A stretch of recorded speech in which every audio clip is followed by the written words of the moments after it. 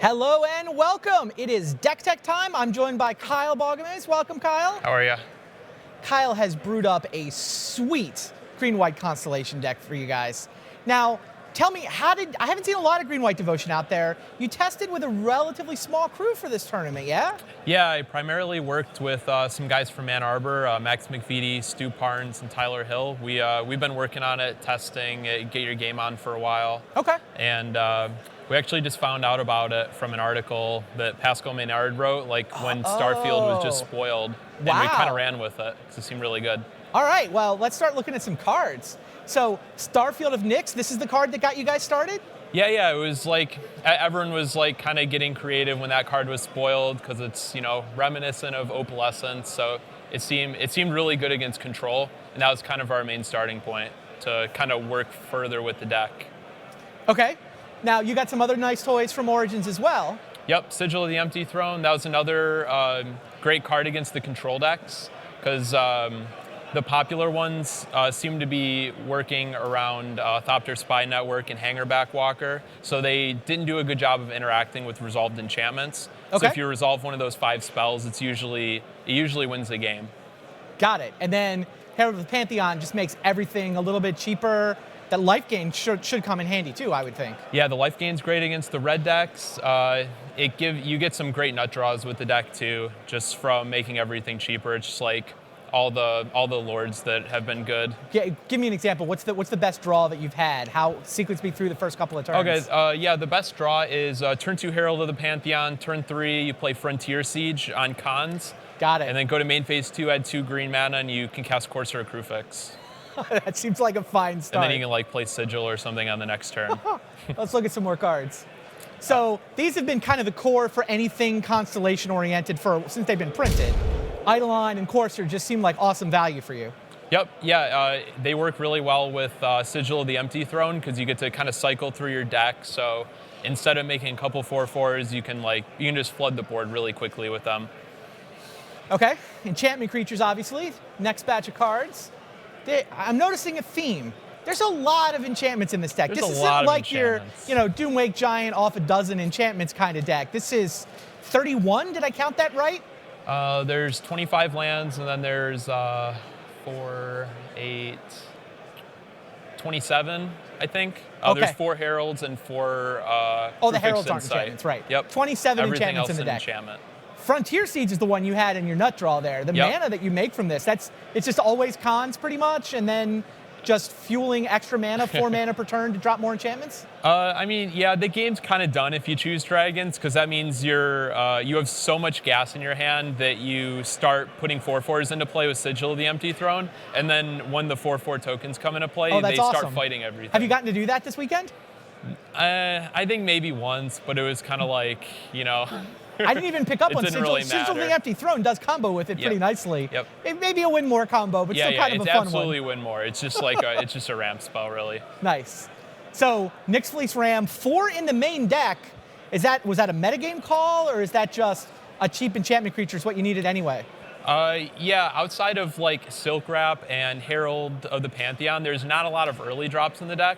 Okay. So if you don't have Herald and they didn't play something to Silk Wrap on turn 2, there's not a whole lot else to do. So the Ram just kind of worked. There's a lot of incidental life gain, and the red decks would be popular, and you don't want to get run over because. Were you expecting all the red that we're seeing this weekend? No, not quite. Although I've played 6 rounds so far, and I've played against Mountain all 6 of the rounds. So the 4 Nyx Fleece Ram have been awesome. Yeah, and 4 Nyx Fleece Ram, 4 Courser, that's got to be nice setup. You're what, 4/2 in standard so far? 4/2, yeah.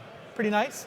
So yeah, Banishing Light, Silk Wrap seem like the ability to interact with them, and then also they've got enchantments cheaper with the Herald, cards with the Eidolon. Yeah, 1 mana Silk Wrap's insane with with Herald of the Pantheon. Banishing Light is the only way to interact with artifacts, so you can remove Perilous Vault from the game, which is really key because this deck gets wrecked if Perilous Vault actually blows up. That does sound like a problem. All right, next batch of cards. 1 card. Crufix's Insight. All 4 copies that are possible. Not a card I've seen a lot of in Standard. It's really good. Yeah? It's one of those cards where against beatdown decks, it's kind of like a 5-drop, basically, because you don't want to just spend turn 3 doing nothing but draw cards. Okay. But on turn 5, you can go get a Nyx Fleece Ram or a Silk Wrap, So you can play it, you can draw a bunch of cards, and you can also interact with your opponent on the same turn.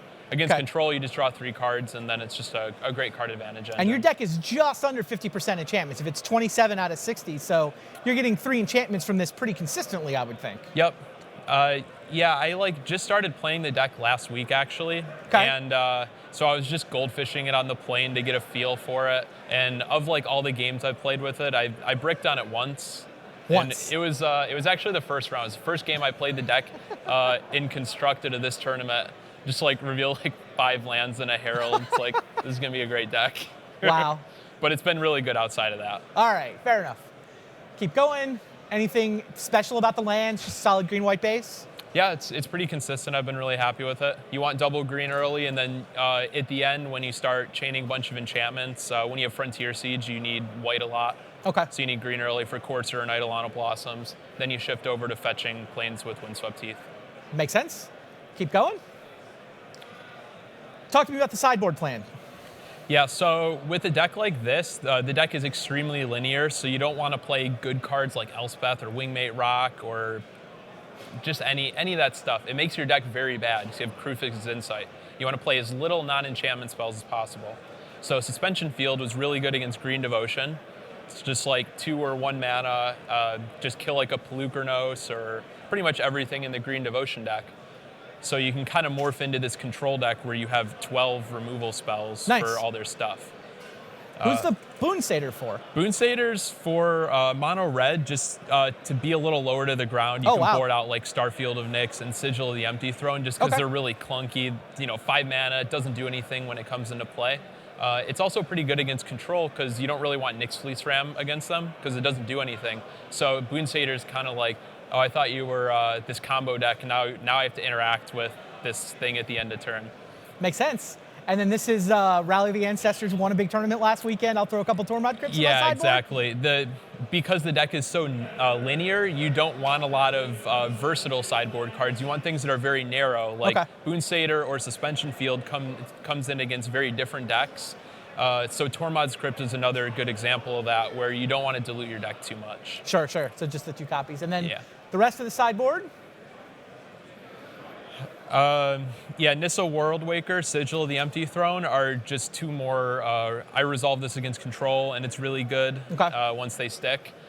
Nissa is primarily a concession to cards like Perilous Vault and Uyin, because the 4/4s don't get swept up by any of that stuff. And this deck has, you definitely don't want to face or resolve Uyin. There's, Makes once sense. if they play it, there's nothing you can do about it, really.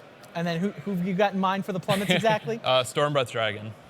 There's no other way to kill it. Got it. Yeah, all your removal is white base. Sigil so. of the Empty Throne makes 4/4 White Angels, so you can't block it. If you draw a bunch of cards with Eidolon of Blossoms, that makes their monsters kill you very quickly. Makes sense to me. So, big picture, you played this deck. You're probably a little nervous coming in with kind of a brew. How do you feel about it now that we're halfway through day 2? Happy with the deck? So I started standard with a loss this time against the Tarka Red. Okay. Overall, I feel really good about the deck. In our testing, so normally I play dig through time decks. I pretty much only play good cards. So I feel really confident in this deck just because it kind of pulled me away from stuff that I'm Wow. used to. Awesome. There you go. Check it out. You're looking for something that's standard. Green White Constellation got all kinds of new toys from Magic Origins. Kyle's having fun with it, and he's winning with it. Maybe you want to check it out. Signing off for the Deck Tech. See you guys next time.